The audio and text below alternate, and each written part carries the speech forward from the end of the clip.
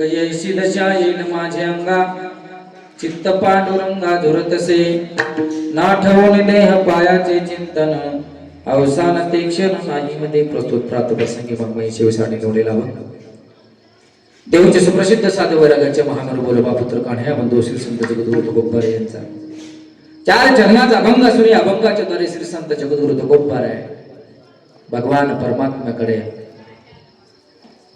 करुणा मागतात.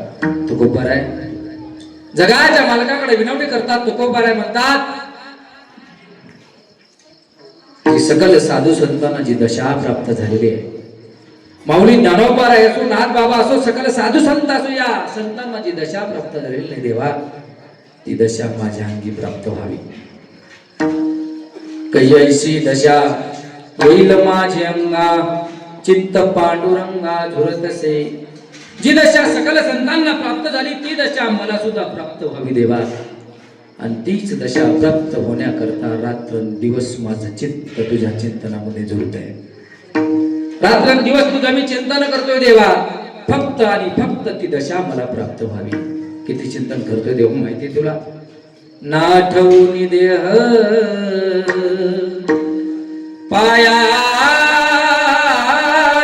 चिंतन देवा, तुझ्या नाम चिंतनामध्ये कशाचाच मला आठवत नाही. आठवून गेले भावा भाव झाला स्वयमेव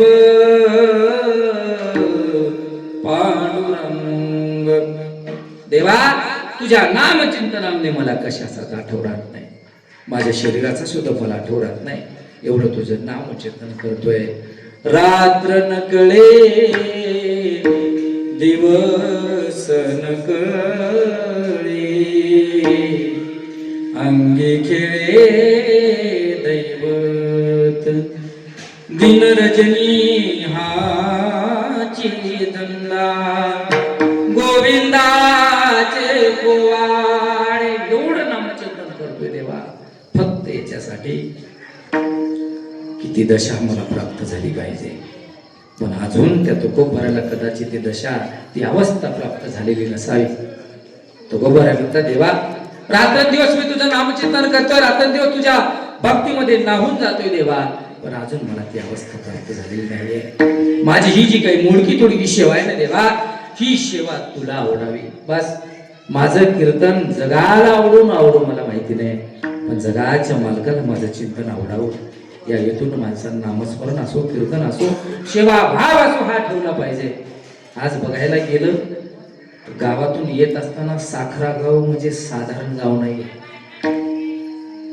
संख्या भरपूर आहे, पण सगळ्यांच्याच नशिबामध्ये कीर्तन श्रवण करणं नाही आहे. आतापर्यंत झालेल्या पंक्ती अजून भांडी धुणं होत आहेत. माणसं कीर्तन ऐकायला एवढं नाहीत महाराज, लक्ष द्या. देवा मी जी सप्ताहामध्ये घातलेली पंगत आहे त्या पंक्तीने साखरा गावातील सर्व लोक तृप्त झाले असतील. कदाचित झोपले जागी लोक म्हणतही असतील काय पंगत होती याची, लोकांना पंगत आवडली असेल देवा, पण मी घातलेला तोडकी मोडकी पंगत तुला आवडली का नाही मला नाही माहिती. अरे लोक जेवून झोपी जातील यात नवल नाही, पण जगाच्या मालकाला आपली घातलेली पंगत असो, आपण केलेलं नामस्मरण असो, आपण वाजवलेला पखवाज असो, आपण ऐकलेलं कीर्तन असो, आपण केलेलं ज्ञानेश्वरी पारायण असो, आपण केलेलं नामस्मरण असो, लोकांना जरी वाटत असेल खूप छान वाजवलं, खूप छान गायलं, खूप छान कीर्तन केलं, लोक तोंडावर नाव घेतात महाराज, मग गेल्यावर म्हणतात जमलंच नाही. पण जगाच्या मालकाला ते चिंतन आवडावं, जगाच्या मालकाला आपलं वाजवून आवडावं, जगाच्या मालकाला आपली सेवा आवडावी. त्याच भावानं जगद्गुरु तुकोबाराय म्हणतात देवा माझी सेवा जगाला दिसत असेल देवा, पण माहिती नाही माझी सेवा तुझ्या चरणाजवळ येते का नाही. भरपूर नामस्मरण करतोय मी देवा, पण तो लाभ माझ्या जीवनामध्ये कधी येईल की मी केलेलं नामचिंतन तुला आवडावं. कै ऐसा पात्र होईन लाभाशी निनु ऋषिकेशी तिष्ठशील. माझ्या चिंतनाने जग तृप्त होईल यात नवल नाही देवा, माझ्या चिंतनाने तू तृप्त झाला पाहिजे, माझी सेवा जगाच्या मालकाला आवडली पाहिजे. तो गोपारे म्हणतात, देवा जर माझं चिंतन माझं भजन जर तुला आवडायला लागलं आणि हा जर लाभ माझ्या जीवनात प्राप्त झालाच तर मी तुका म्हणे धन्य मानिन संचित, घेईन ते नित्य प्रेम सुख. माझी केलेली सेवा, माझी केलेलं नामचिंतन, माझं केलेलं नामस्मरण जगाच्या मालकाला आवडावं आणि तो जगाचा मालक माझ्या चिंतनाने तृप्त व्हावा आणि तृप्तीचा डेकर जगाच्या मालकानं माझ्या नामचिंतनाचा द्यावा आणि तो दिवस माझ्या जीवनामध्ये मला प्राप्त व्हावा. कै ऐसा पात्र होईन लाभाश, नेनो ऋषिकेश तिष्ठ येईल. आणि जगाचा मालक जर तृप्त झाला आणि तो लाभ जर माझ्या जीवनामध्ये आला तरच माझं जीवन मी धन्य समजेल. तुका म्हणे धन्य मानिन संचित, घेईन ते नित्य प्रेम सुख. अभंगाचा सरळ सरळ भावार्थ तुमच्या समोर मांडण्याचा प्रयत्न केला. लक्ष द्या, जगद्गुरु तुकोबार आहे आणि तुम्ही आम्ही सर्वजण संसार करतो. तुकोबार सुद्धा संसार करत होते आणि तुम्ही आम्ही सुद्धा संसार करतो. तुकोबार ही परमार्थ करायची आणि तुम्ही आम्ही परमार्थ करायचो. पण बघायला जर गेलं तर तुमच्या आमच्या संसारामध्ये समाधान नाहीये आणि बघायला गेलं तर आमच्या परमार्थामध्ये प्रगती दिसत नाही. विठाला संसारामध्ये समाधान नाहीये आणि परमार्थामध्ये प्रगती नाहीये. इथं बसलेल्या प्रत्येकाला विचारावं, कुणी 35 आहे, कुणी 40 आहे, कुणी 50 आहे, 55 आहे, 60 आहे, 70 आहे, 80 वर्षापर्यंतचे माणसं माझ्या समोर बसलेले आहेत. विचारावं, बाबा 25 वर्ष झाले संसार करताय, कसं काय, बरं आहे का? काय सांगू महाराज, असंच आहे ना बाबा. कुणीच असं म्हणत नाही की माझ्या जीवनामध्ये आनंद आहे. जो व्यक्ती नामस्मरण करत असतील बाबा, तुम्ही सोडू ना, नामस्मरण करणाऱ्या माणसाच्या जीवनामध्ये सतत समाधान असतं. जगद्गुरु तुकोबार आम्हाला सांगून गेले, सदा नाम घोष करू हरी कथा, तेने सदा चित्ता समाधान. सतत भगवान परमात्म्याच्या नामचिंतन करणाराचं इथं चाललं नाही. मी तुम्हाला सांगतोय, तुकोबाराही संसार करतात, तुम्ही आम्ही संसार करतोय, तर तुमच्या संसारामध्ये समाधान नाहीये आणि परमार्थामध्ये बघायला गेलं तर प्रगती दिसत नाही. का? आम्ही रात्रंदिवस जर आम्ही परमार्थ संसार करत असतील, रक्ताचं पाणी करून हाडाचं काढी करून जर रामदास महाराज आम्ही जर संसार करत असतील तर त्या संसारामध्ये आम्ही सुखी होत नाही. याचा अर्थ कुठंतरी आमचा संसार चुकीच्या मार्गाने चाललाय. बरोबर आहे? पडतं का? जर एखादी गोष्ट आम्ही रात्रंदिवस करत असतील, आटासाला करत असतील आणि त्या गोष्टीचं फळ आम्हाला जर परफेक्ट भेटत नसेल, त्या गोष्टीचा जर आम्हाला मुनाफा बरोबर भेटत नसेल तर आमचा मार्ग कुठेतरी चुकतोय. बघायला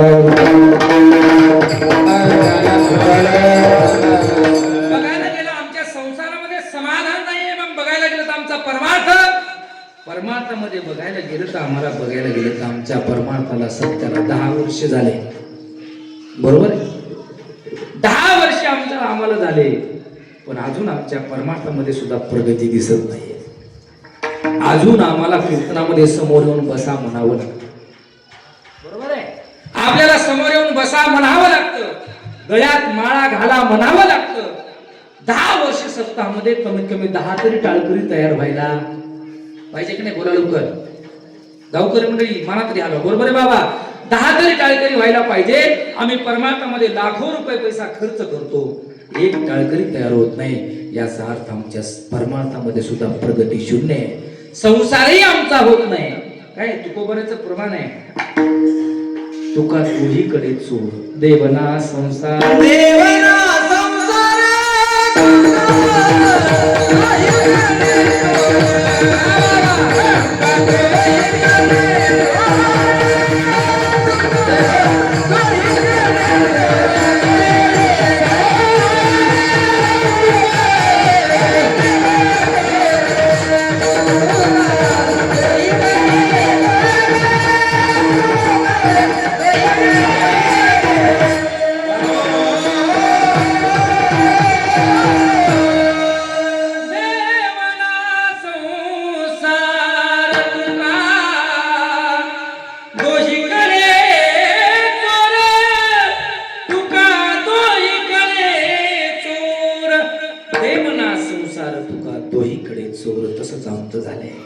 आमच्या जीवनामध्ये परमार्थ बघायला गेलं तर परमार्थात प्रगती नाही, संसारामध्ये समाधान नाही आहे ना बाबा. असंच साखरेकर असंच आहे ना. समाधानी आहे कोणी आपल्या गावात? नाही. कुणाच्याही तोंडावर बघायला गेलं का 12 वाजलेले महाराज. एखाद्या बाबाला विचारावं कसं काय बरं असले का, बरं हे महाराज, बरं हे महाराजाचं म्हणणार, बरं नसतं त्याच्या जीवनात. बरं उभं मानावं लागतं. बरोबर आहे, बरं कोणाच्या जीवनात नाही. बरं होण्यासाठी आमच्या नित्यानंद बाबांचं सतत नामचिंतन करावं लागतं. विठाला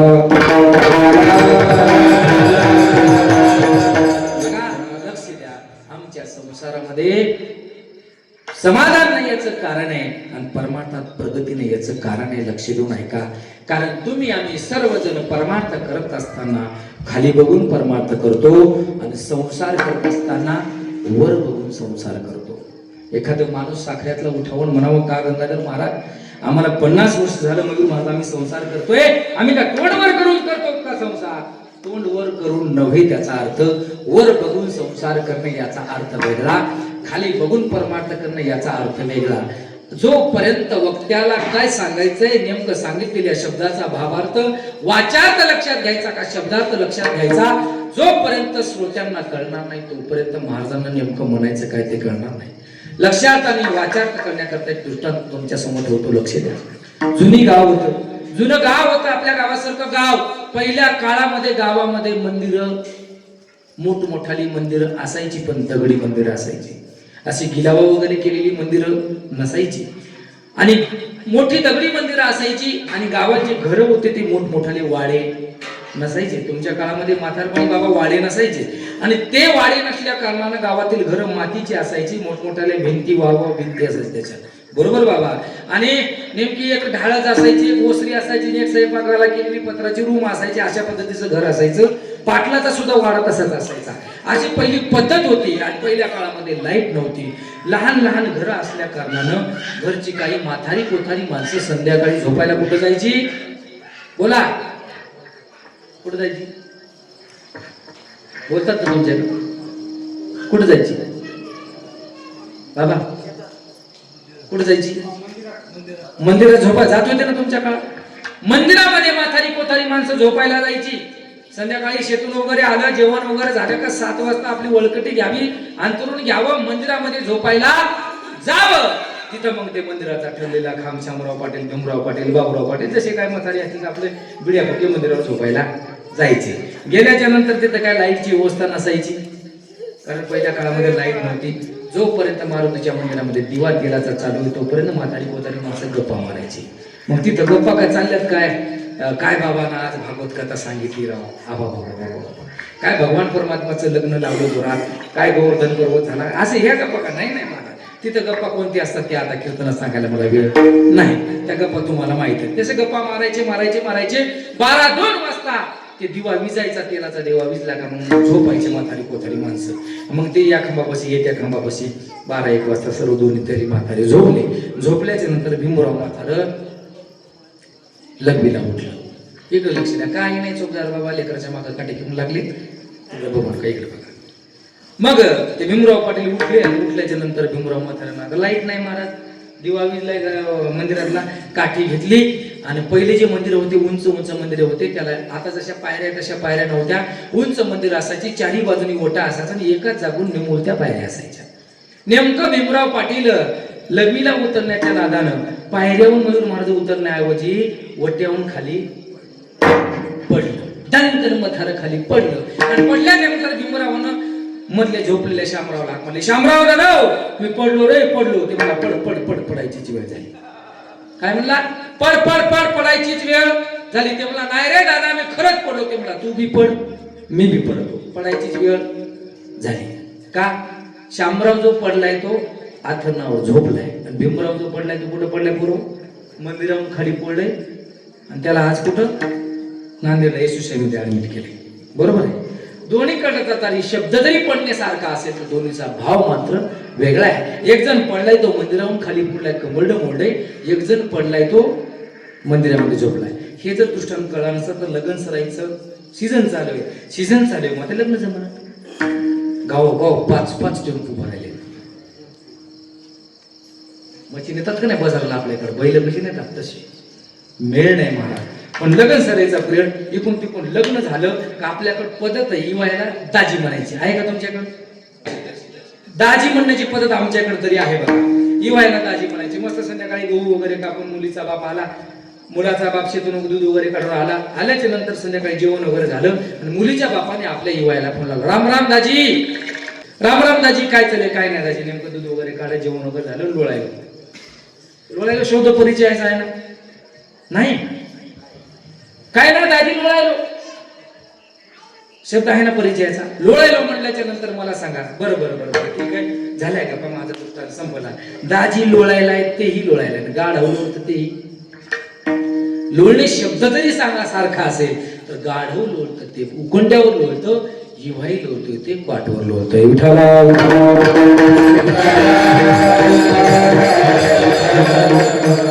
परमार्थामध्ये आपल्याला आपण बघायला गेलं तर परमार्थामध्ये खाली बघून परमार्थ करतो आणि संसार करत असताना वर बघून परमार्थ करतो. एखाद्या माणसाला म्हणावं, बाबा गळ्यामध्ये माळ दिसतो, तुमच्या कपाळाला गंध. बऱ्याच माळ करायच्या कपाळाला गंध नसतो दादा, बरोबर आहे.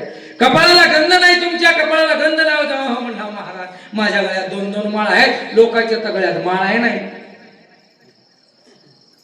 समजेल का तुम्हाला? गळ्यात माळ आहे त्याच्या 2-2. त्याला म्हटलं बाबा गळ्यात माळ दिसते, कपाळाला गंध लावत जाव. म्हणला महाराज माझ्या तरी गळ्यात माळ आहे, लोकांच्या तर गळ्यात माळ आहे नाही. गळ्यात माळ घातली पण अजून सुद्धा बघतोय कोणाकडे ज्याच्या गळ्यात माळ नाही त्याच्याकडे. का? परमार्थात असं चालत नाही. परमार्थ जर करायचा असेल तर तुम्ही आम्ही परमार्थ करतो. बघावा आपल्यापेक्षा नामचिंतन जास्त करणारा कळ. रात्र दिवस ज्याच्या हातामध्ये माळ आहे त्याच्या माणसाकडे बघावं, त्या माणसाच्या चेहऱ्यावरलं तेच बघावं आणि मनामध्ये वारकरी संप्रदायातल्या प्रत्येक व्यक्तीने मनामध्ये खंत बाळगावी. देवा एवढं नामस्मरण महाराजांना घडतं, आम्हाला सुद्धा नामस्मरण त्यांच्यासारखं घडू दे ना देवा. परमार्थामध्ये आपली प्रगती झाली पाहिजे. देवा एवढा परमार्थ करतोय, देवा माझ्या स्वप्नात सुद्धा येत नाही रे, ये ना माझ्या स्वप्नात देवा, दाखव ना तुझं रूप, तुझं नामचिंतन माझ्याच्यानं घडू दे ना देवा. नाही होणार आपलं असं. आपण परमार्थामध्ये बघायला गेलो का खाली बघतो दादा. वारीला जर गेलं ना, वारीला 18 दिवस जातो माणूस. 18 दिवस वारीला गेल्याच्या नंतर एकादशीच्या दिवशीच बाजार करतो बाबा. आणि याला विचारावं, काय दादा एकादशीच्या दिवशी बाजार केला, निघाले गावाकड? म्हणला महाराज मी तरी 18 दिवस वारीला आलो, लोक तर वारीला आले नाही. महिनाभर वारीला चाललं आणि शेवटला बोट न आणलेकडे दाखवलं. काय फायद्याचं आहे का बाबा? नाही म्हणत नाही महाराज, माझ्या नशिबामध्ये काल्यापर्यंत थांबायचं नाही हो. जगाच्या मालकाने फक्त पंढरपुरापर्यंतच माझ्याकडून वारी करून घेतली. आता हे वारकरी काल्यापर्यंत थांबणार, पौर्णिमेपर्यंत थांबणार आणि काला करून परतीची वारी करणार. परत आळंदीला जाणार, माऊलीला सोडणार, नंतर गावाकडे जाणार. खरंच त्यांचं काय भाग्य महाराज. माझ्या नशिबात तेवढं भाग्य नाही हो. जगाच्या मालकानं माझ्याकडून सुद्धा ती सेवा करून घ्यावी असं नाही म्हणत महाराज. मी तरी वारीला आलो, लोक तर वारीला आले नाही. परमार्थामध्ये तुम्ही आम्ही खाली बघतो म्हणून तुमचा आमचा परमार्थामध्ये प्रगती दिसत नाही दादा. लक्ष द्या, विचार करा. जर तुम्हाला परमार्थात प्रगती भेटायची असेल, जर तुम्हाला परमार्थामध्ये आनंद, जर समाधान जर प्राप्त करायचं असेल तर कुठेतरी तुम्हाला त्याग करावा लागतो. सकाळचा काकड्याचा जर आनंद घ्यायचा असेल नवीन महाराज, तर सकाळच्या साखर झोपेचा कुठेतरी त्याग आपल्याला करावा लागतो. काकडा आम्हाला ऐकायला खूप गोड लागतो, पण ब्लँकेट मध्ये तुझ पाहता सामोरी, तुझ पाहता सामोरी, दृष्टी न फिरे माघारी, दृष्टी न फिरे माघारी, माझे चित्त तुझी या पाया, माझे चित्त तुझी या पाया, तुम्ही संकाधिक संत, तुम्ही संकाधिक संत, मनविता तू पावंत, मनविता तू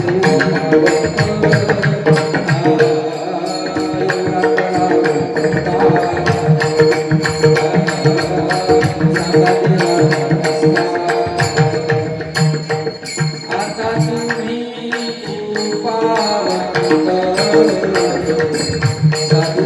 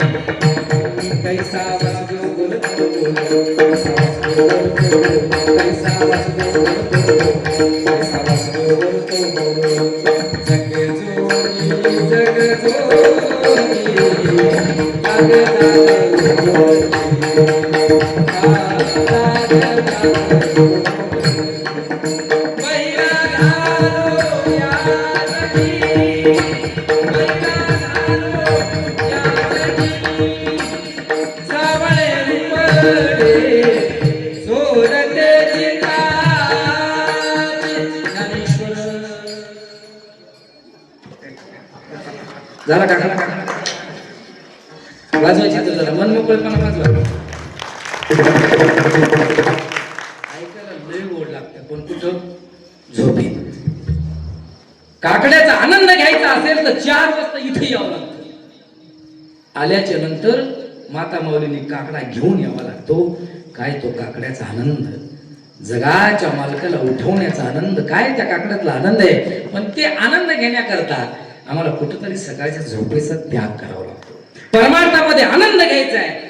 आम्हाला कीर्तन 9च्या 8ला ऐकायचं आहे. तुम खालेले आता सध्या झोप येते आम्हाला. कुठेतरी ती झोप लांबवावी लागेल आम्हाला. बरोबर आहे. ज्याला लांबत नाही ते मस्त आता टीव्ही बघत असतील. बरोबर आहे की नाही. म्हणजे कुठेतरी आनंद घ्यायचा असेल तर आम्हाला कुठेतरी त्याग करावा लागतो. आणि जोपर्यंत आम्ही त्याग करणार नाही तोपर्यंत आम्हाला परमार्थामध्ये प्रगती दिसणार नाही. आणि जोपर्यंत आता तुम्हाला मी सांगत आलो की परमार्थ खाली बघून करावा, त्या उलट बघा तुम्ही संसार करत असताना तुम्ही आम्ही वर बघून संसार करतो. आमच्या घरी जर मोटरसायकल असेल तर शेजाऱ्याला जर फोर व्हीलर आणली तर त्या देवाला आम्ही मनातून प्रार्थना करतो, देवा माझ्या घरासमोर कधी फोर व्हीलर उभं राहील. दुसऱ्या शेजाऱ्याला जर 3 मजली बिल्डिंग बांधली असेल तर माझ्या घरावरचे पत्र देवा कधी निघतील. आहे का नाही तुमच्या आमच्या व्यवहारामध्ये. आम्ही दुसऱ्याचं मोठेपण बघतो म्हणून आमच्या जीवनामध्ये समाधान नाही. एखाद्या भिकाऱ्याकडे बघावं, फुटपाथवर झोपणाऱ्याकडे बघावं, सांगावं देवा उपकार आहेत तुझे, काय माझ्या जीवनामध्ये आनंद आहे. 3 टाइम मला म्हणल ते खायला आहे, झोपायला मला घर आहे, बसायला मला गाडी आहे, 4-5 एकर माझ्या बापाची जाय दे मला. हा म्हणेल तेवढा पैसा आहे देवा, लाख रुपयाचा मोबाईल माझ्या खिशात आहे, सोन्यासारखी बायको आहे, सोन्यासारखे लेकरे देवा, खूप तुझे उपकार आहेत रे बाबा. या माणसाला तर बसण्याकरता घर नाहीये, रस्त्यावर झोपले आणि त्या जगाच्या मालकाचे उपकार मानावे. जेव्हा आपण आपल्यापेक्षा लहान व्यक्तीकडे बघून जगायला लागतील ना दादा, त्या दिवशी तुमच्या जीवनामध्ये सुखच सुख राहील. जोपर्यंत तुम्ही तुमच्यापेक्षा उच्च दर्जाच्या माणसाकडे पाहून जगाल तोपर्यंत तुम्ही कितीही पैसा कमवा, कितीही तुमच्याकडे पद असू द्या, कितीही तुमचं घर मोठं असू द्या, कितीही पैसा असून तुम्ही नंबर 1 चे दरिद्री राहणार. विठाला विठाला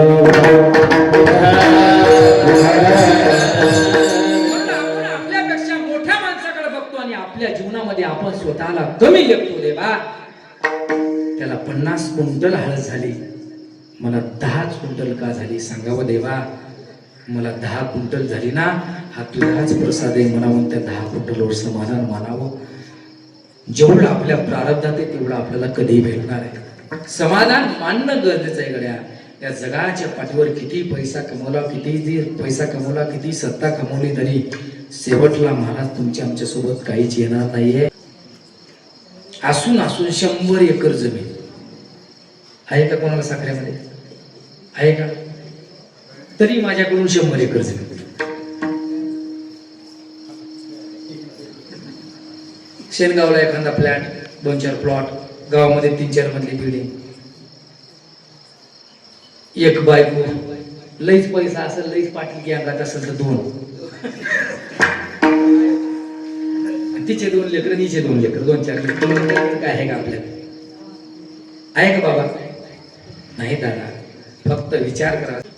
फक्त तुम्ही कीर्तन करून घरी गेले तर फक्त डोळे लावून झोपा. विचार करा, मी आजपर्यंत काय कमवलं? जगाच्या मालकाचं मी नाव चिंतन किती केलं आतापर्यंत? जन्मलं तेव्हापासून 50 वर्ष माझं आयुष्य झालं. मी 2-3 एकर जमीन विकत घेतली माझ्या लेकरांसाठी, 2-3 प्लॉट विकत घेतले, पैसा कमवला, घरदार कमवलं, पण शेवटला माझ्या सोबत येणार काय? तुम्ही जर हा विचार जर आज संध्याकाळी केला ना तर त्याचं उत्तर तुमच्या समोर येईल. मी आतापर्यंत काहीच कमवलं नाही. लक्षात येतं तुमच्या? ऐकायला जरी विनोद वगैरे वाटत नसेल तर ही वस्तुस्थिती आहे. आपण पैसा कमवला, सत्ता कमवली, घरदार कमवलं, पण शेवटला जे कमवण्यासाठी आम्हाला देवाने पाठवलं तेच कमवायचं तुम्ही आम्ही राहून गेलो. कधीच त्या जगाचं मालकाचं दर्शन झालं नाही. आम्हाला 50 वर्ष आयुष्य झालं, अजून खऱ्या साधूची भेट सुद्धा झालेली नाही. मनामध्ये खंत व्यक्त करायला पाहिजे. देवा, उरले ते हरी तुम्हा समर्पण, बरवे झालो आजीवरी, नाही पडिलो मृत्यूचे आहारी, वाचून आलो इथवरी, उरले ते हरी तुम्हा समर्पण. देवा, एवढ्या 50 वर्षाच्या आयुष्यामध्ये कधीच मला खऱ्या साधूची भेट झाली नाही. होईल का नाही तेही सांगता येत नाही देवा. पण एकच काम कर गड्या, इथून पुढे तरी माझ्या मुखाने तुझं नाव चिंतन सतत होऊ दे, फक्त एवढंच मला दे. हे माझ्या मनाला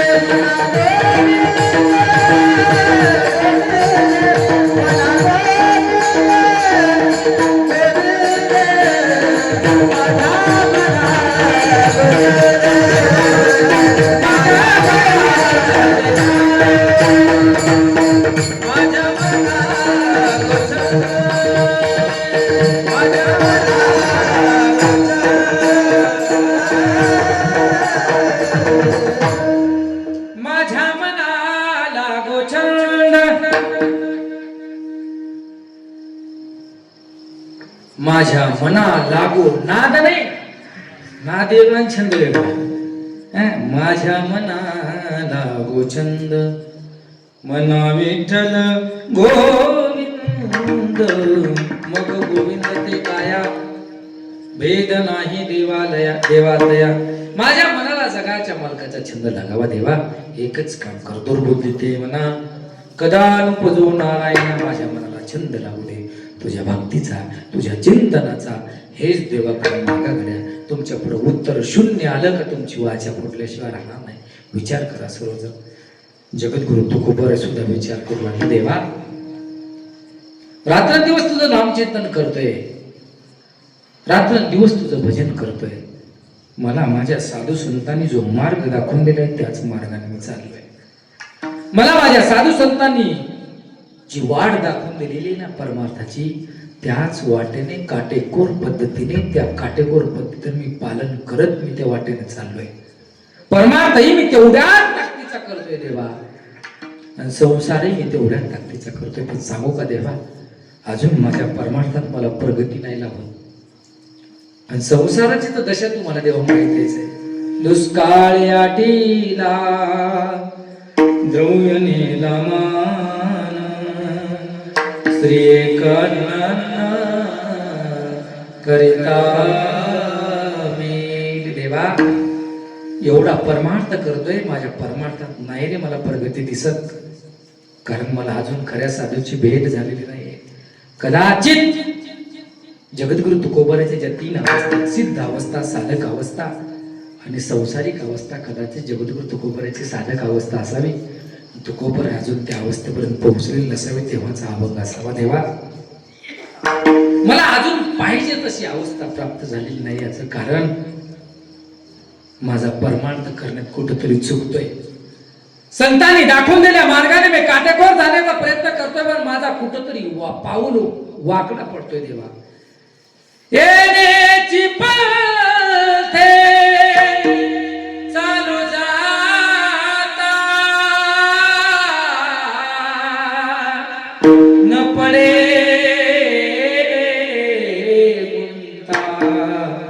कोठे काही मार्गदा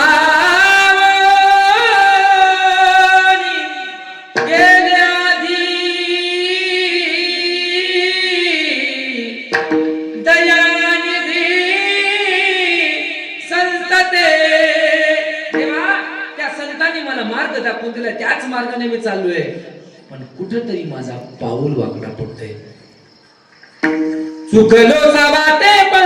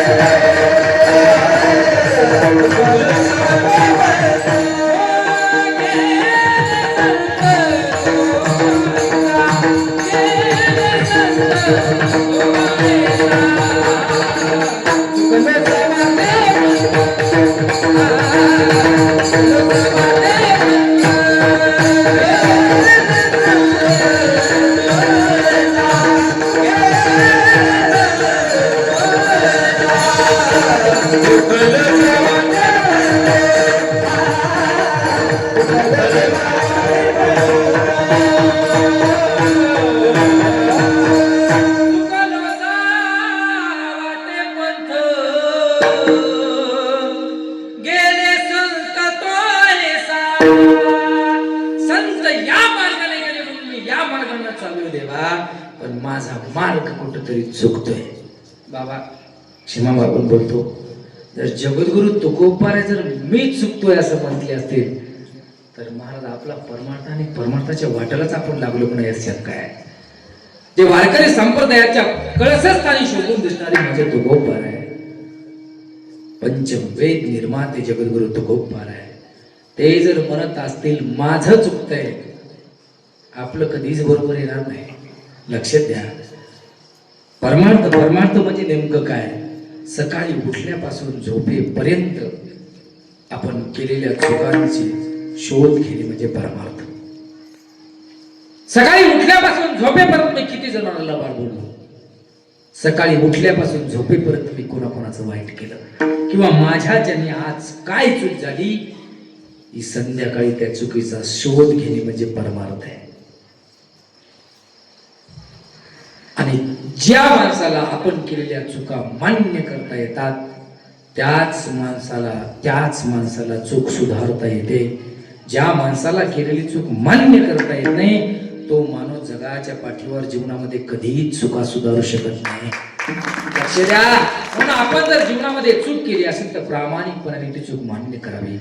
देवा मी चुकलोय, त्या चुकीला महाराज माफी आहे, पण चुकीवर चुका करत राहणं, चूक केलेली मान्य न करणं याला परमार्थ म्हणत नाही.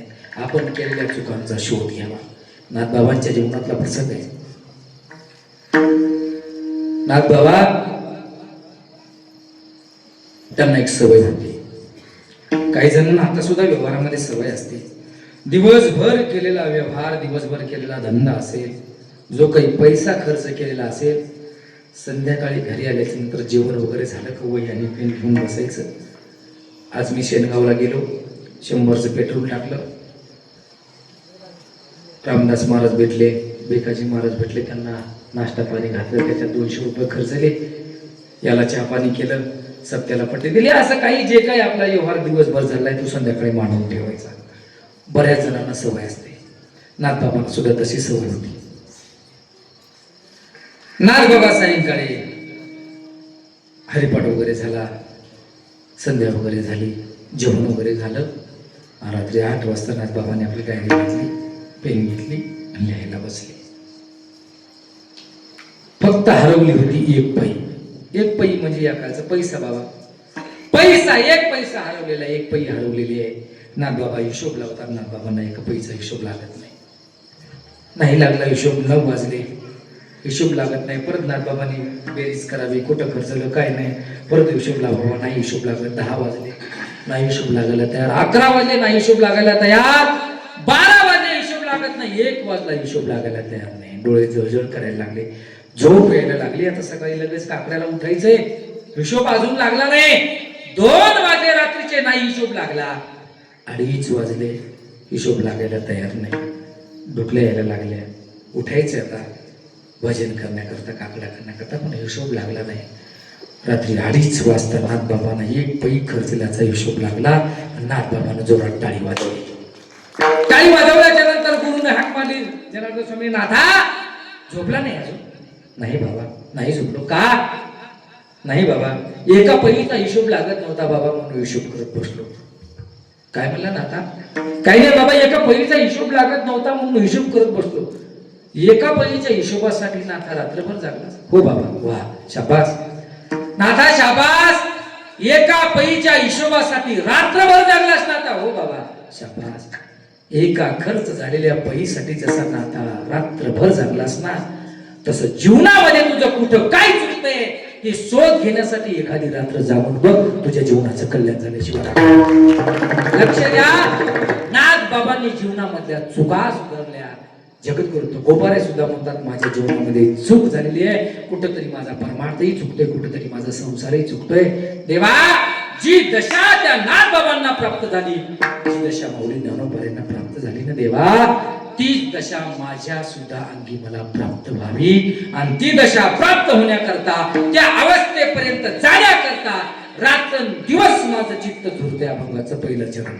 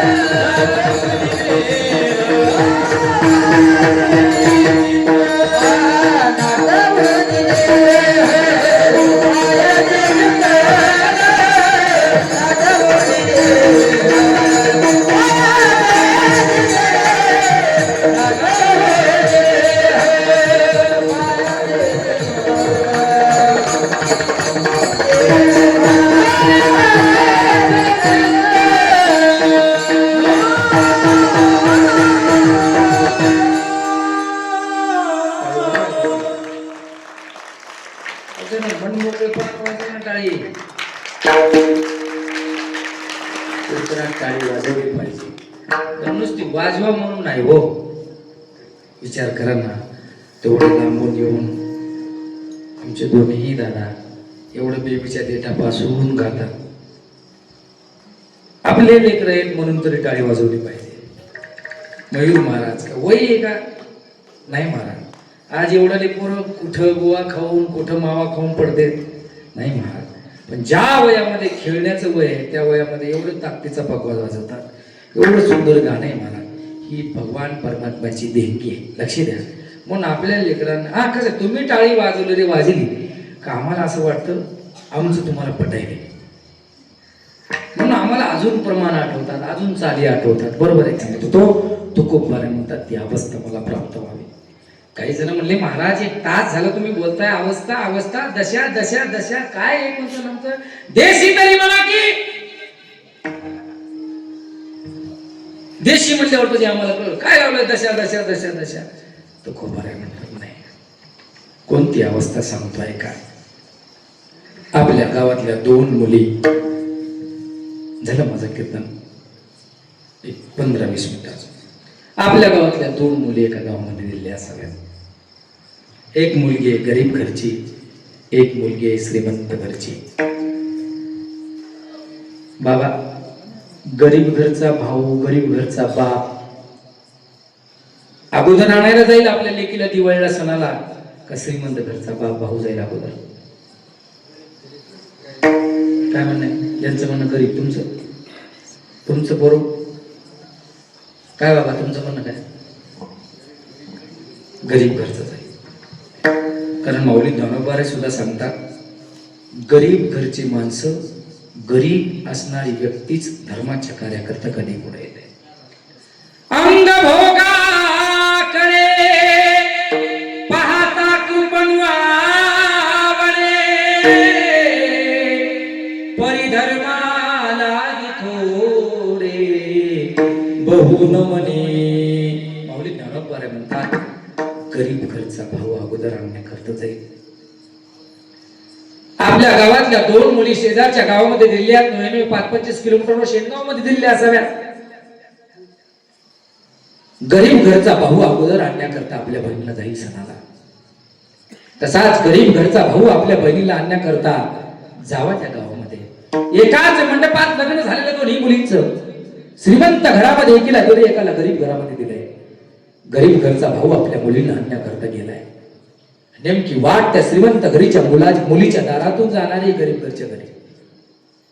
श्रीमंत घरच्या मुलीनं बघितलं माझा सखूचा भाऊ दिसतोय तिला नेण्याकरता आला असावा. दिवाळी 15 दिवसावर आली. हाक मारली दादा या ना चहा घ्या. या माता मंडळीला आमच्या एवढ्या हळव्या मनाच्या असतात यांना माहेरचं कुत्र जरी आलं तरी आनंद होतो. हा तर एक आपल्या मैत्रिणीचा आपल्या बहिणीचा भाऊ होता. चहा वगैरे झाला नाश्ता पाणी झालं सांगितलं दादा सखूला नेण्याकरता आलात का. हो. कोणी भेटलं होतं का माझ्या घरचं. नाही नाही कोणी भेटलं नाही. काही सांगायचं का तुझ्या घरी. काही नाही दादा एवढंच सांगा. भेटल्याच्या नंतर आवर्जून सांगा आमच्या घरी श्रीमंती आहे, आमच्या सासरीही श्रीमंती आहे, आमच्या माहेरी श्रीमंती आहे. पण काय सांगावं दादा तुमच्या घरी गरिबी असून सुद्धा तुम्ही तुमच्या बहिणीला 15 दिवस दिवाळी असताना तुम्ही न्यायला येता. माझ्या घरी नाहीये. एखादी वर्षी दिवाळी होते आहे म्हणता आज कॉल येतो ताई येऊ का नाही. एखाद्या दिवशी माझा भाऊ आंघोळीला बसून तेवढ्यात कॉल येतो कोणतरी पाठव का नाहीला. सगळे कामामध्ये व्यस्त असतात, धंद्यामध्ये उद्योगामध्ये व्यस्त असतात. आमच्या दोन्ही घरी श्रीमंती नाही त्यांना वेळ एवढंच सांगा. यावर्षी थोडं 2-4 दिवस अगोदर दिवाळीला न्यायला या म्हणावं. चहा वगैरे घेतला त्या गरीब भावाने श्रीमंत मुलीच्या घरी आणि तिथून पुढे आपल्या बहिणीच्या घरी गेला. आपल्या बहिणीनं बॅग भरली होती. गाडीवर दोघंही बसले आणि निघून गेले. एका मंडपामध्ये लग्न झालेलं आहे. आता त्या श्रीमंत घरच्या मुलीला मनामध्ये हळहळ वाटायला लागली. एका मांडवात लग्न झालं आमचं. माझी मैत्रीण माझी सखू मैत्रीण दिवाळीला गेली. 15 दिवस दिवाळी राहिली. दरवर्षी माझी मैत्रीण 15 दिवसानं अगोदर दिवाळीला जाते. पण माझ्या घरचे नाही मला न्यायला येत. 15 दिवसांना अगोदर पासून त्या श्रीमंत घरच्या मुलीने आपल्या घराच्या स्लॅपवर जावं, एक हात कपाळाला लावावा, एक हात कमरावर धरावा आणि माहेराच्या दिशेनं बघावं आणि वाट पाहावी. माहेरचा काय येईल निरोप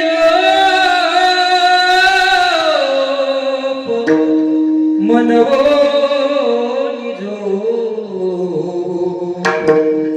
नाही डोळा वाट पाहे बाहेर गई ठेवली या हात, वाट पाहे बाहेर गई ठेवली या हात, वाट पाहे बाहेर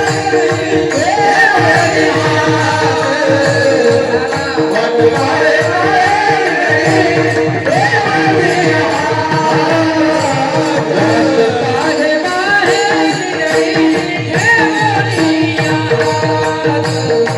वाट पाहे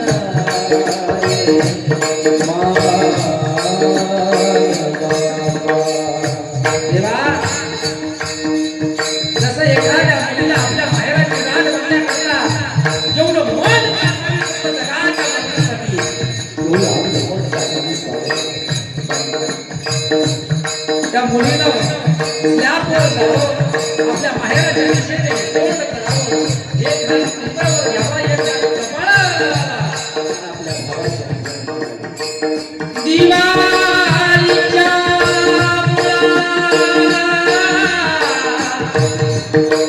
लेकी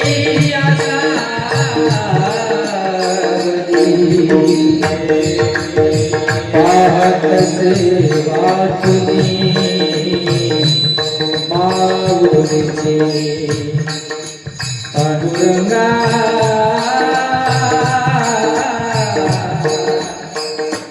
माया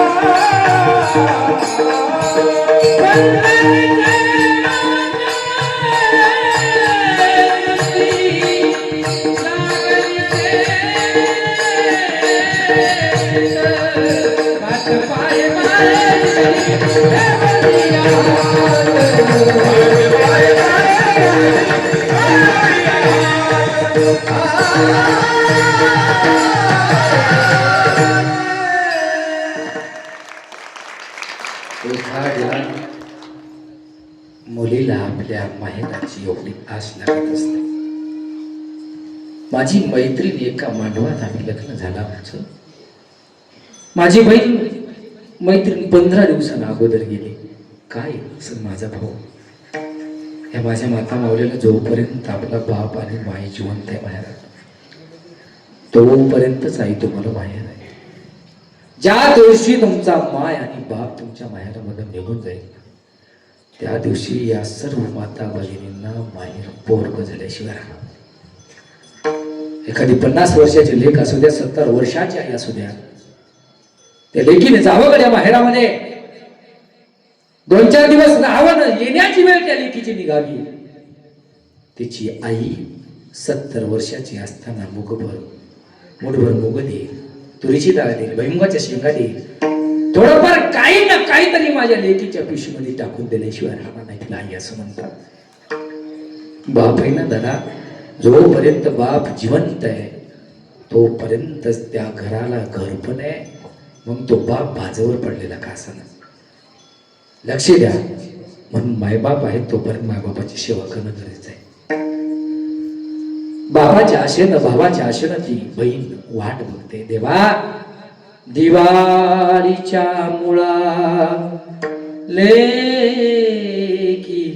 असावली.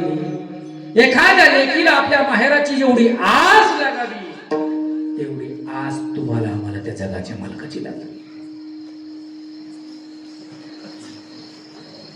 एखादा माणूस भेटला का आपण सहज आता सध्या व्यवहारामध्ये विचारतो राम राम चला चहा घेऊ. चहा घ्यायला गेलं का लगेच विचारतं आमचं पोरग MBBS ला आहे. आम्हाला काय करायचं तुझं पोरग MBBS ला असो नाही तुझं पोरग PhD करत असो कारण याच्या पोराचं जमत नसते म्हणून विचार. लक्षात येतं. पोरीचा बाप भेटला का राम राम चला चहा घेऊ. आमचं पोरग झाली 12वी झाली आता पुण्याला गेलंय पॉलिटेक्निक करून इंजिनिअरिंग करायला. काय करायचं तुझ्या पोरावर आम्हाला आपण विचारत नाही तो कोपारायला पिस लागलो.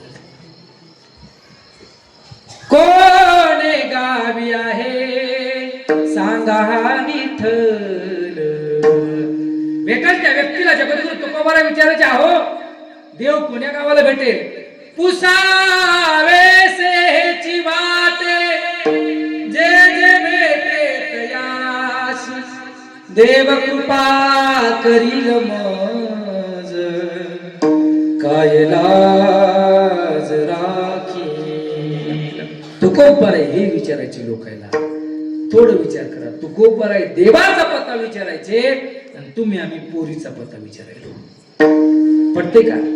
पटते का? मागचे पटतंय ना? तुकोबारा देवाचा पत्ता विचारायचे, तुम्ही आम्ही पोरीचा पत्ता विचारायतोय. आजपासून तुम्ही देवाचा पत्ता विचारा, पोरीचा बाप तुमचा घराचा पत्ता विचारल्याशिवाय राहणार. देव सखा जरी अवघे जग कृपा करी. विचार करा. एखादं पोरग संस्थेत शिकलेलं, आता मयूर महाराज झालं नसेल तुमचं, चांगल्या सप्त्यामध्ये वाजवू द्या, चांगलं हे होऊ द्या. मला बऱ्याच वादकाचे, बऱ्याच गायकाचे, बऱ्याच कीर्तन करायचे लग्न सप्त्यात जमले. बरोबर आहे. पोरग कुठले हो, लय भारी वाजत निर्व्यसनी दिसतंय. लांबून लांबून लांबून लांबून सुरेश महाराजा कोण, रामदास महाराजा कोण, इकडे भजन्यापूर पत्ता घेतात, बरोबर जुगाड लावतात. पत्ता सुद्धा लागत नाही. लग्नाचं वय होणं आणि लग्न होणं संगच. काय काय 40चे झाले, वेळ नाही. खरंच देव जवळ करा. लग्नच काय महाराज उद्धार झाल्याचे उदाहरण आहेत आमच्या परमार्थात. लक्ष करा. लग्न लय साधी गोष्ट आहे. गळ्यात माळ असली, कपाळाला गंध असला, निर्वेशनी असला का लग्न होतच. पण शोकांती काय, आमच्या तरुण बांधवाचे तोंड नासले. पुढे तोंड फाकणं द्यायचे. 2च बोट झाले नाही. त्याला भाकरीचं असं चुरून आजची बट्टी त्याला खाता आली, डाळपट्टी नाहीच खाता आली. चपाती कशी पातळ अशी घालायची, कशी घालावती अशी गोल केला मला. अरे ती बट्टी फोडावं लागते. सगळ्याला सगळं जातच नाही. अवघड आहे मला. दादा तुम्ही काय माझ्या बापाच्या घरचं व्यसन करत नाही, पैसा काय माझ्या घरचा खर्च नाही, पण तुमचा भाऊ म्हणून म्हणा, एक आपल्या वारकरी संप्रदायाचा पाईक म्हणून म्हणा, व्यसन सोडत नाही. मागच्या 26 तारखेला, आज फक्त 15 दिवस झाले माझा भाऊ वारून.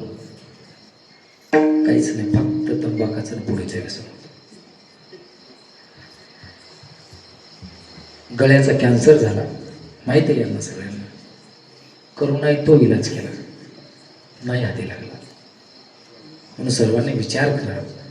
कष्ट करून पैसा कमवायचा, त्या टपरीवाल्याला द्यायचा, आणि तेवढी खाण असणारी तो गुटखा आपल्या तोंडात घालायचा. अरे व्यसन करायचं ना दादा, तुम्हाला व्यसनच करायचं असेल ना, या लाईनला उभं राहा, टाळ घ्या, भजन म्हणा. ब्रह्मरस घेई काळा जेने पिडावा रे. अरे तुमच्यातले रोग नष्ट करण्याची ताकद माझ्या भजनामध्ये आहे. आणि तुम्ही जे मावा, तुम्ही जे पुडी, तुम्ही जे गुटखा खाता, ते रोग येण्याचं साधन आहे. म्हणून लक्ष द्या. जाम पर जाम पीने से क्या फायदा, आधी रात में उतर जाएगी. प्याला पियो हरि नाम का, पूरी जिंदगी सुधर जाएगी. लक्ष द्या. भगवान परमात्म्याचं नाम चिंतन करा. तुम्हाला सुद्धा ती दशा प्राप्त झाल्याशिवाय राहणार नाही. मग तुम्ही सुद्धा जगद्गुरु तुकोबारा म्हणता, देवा ती दशा मला प्राप्त व्हावी. कोणती दशा?